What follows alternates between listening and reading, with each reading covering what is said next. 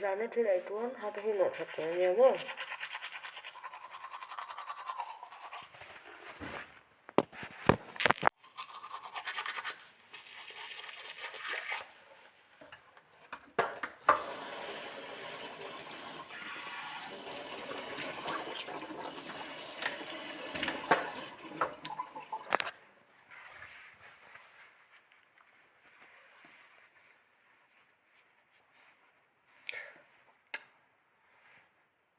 짠 thế này tuôn hai cái nó thật là nhiều quá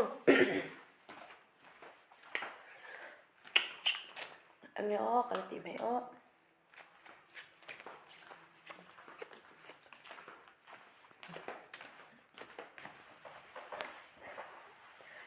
Thiên chuyện cầm đồ thế này lấy nhiều chân mà đi đây cùng tầm mấy chuyện này là cầm một đôi nghề đi sitting room vậy thì mà hi cái lên còn về mấy sĩ đôi thì cái sẽ lâu tan cái room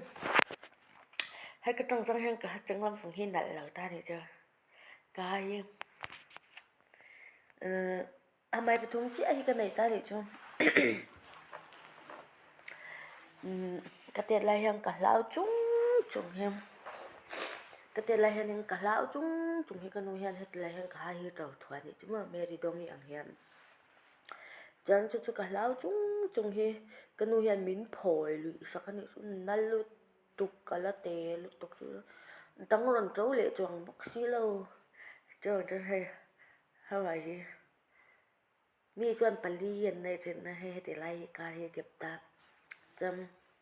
cái máy cái hay thì lại akka ta này chứ akka cái hết tên sáng về với hiện tên nó mà không tên anh gái bên mở không nghe cắn quẩy chi pa tôi lấy hiện hai máy cạc thì hiện uải liệt em bọc gì mơ trong cái ngày tuần nào hôm về tầm mấy về ta anh này chú là được khăn lâu thì lại là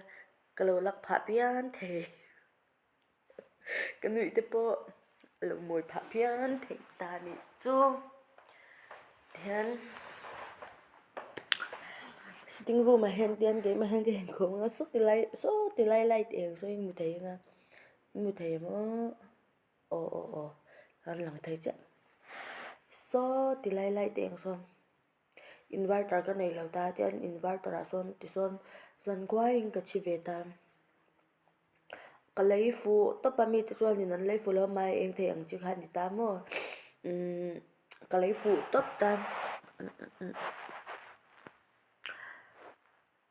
thì xong dần qua hàng cái chi về tất bốn lại đằng đều hàng cái mang ta mà thì anh dàn để in chung ngày thêm tất một tí cho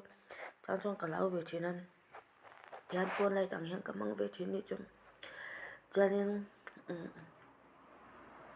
bốn lại đằng đều hàng cái mang về trên đi chung thì xong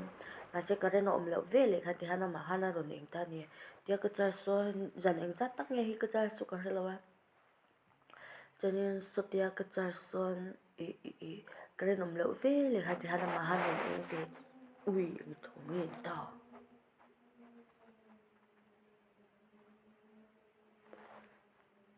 ta này chứ mà xoan dần thì phải tới mình đẩy về trên số thì lại yến về đi đây xoan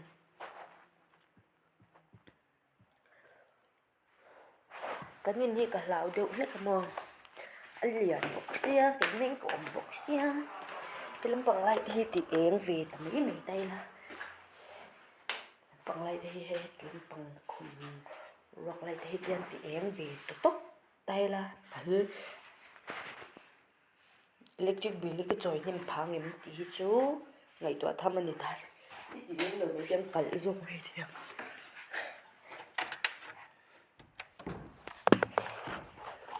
được tiểu dân cả là thì tôi cái này bác sĩ là em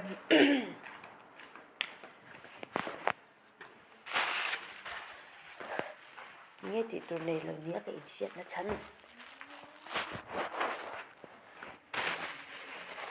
hay đi anh ta nè có quán thán đâu đùa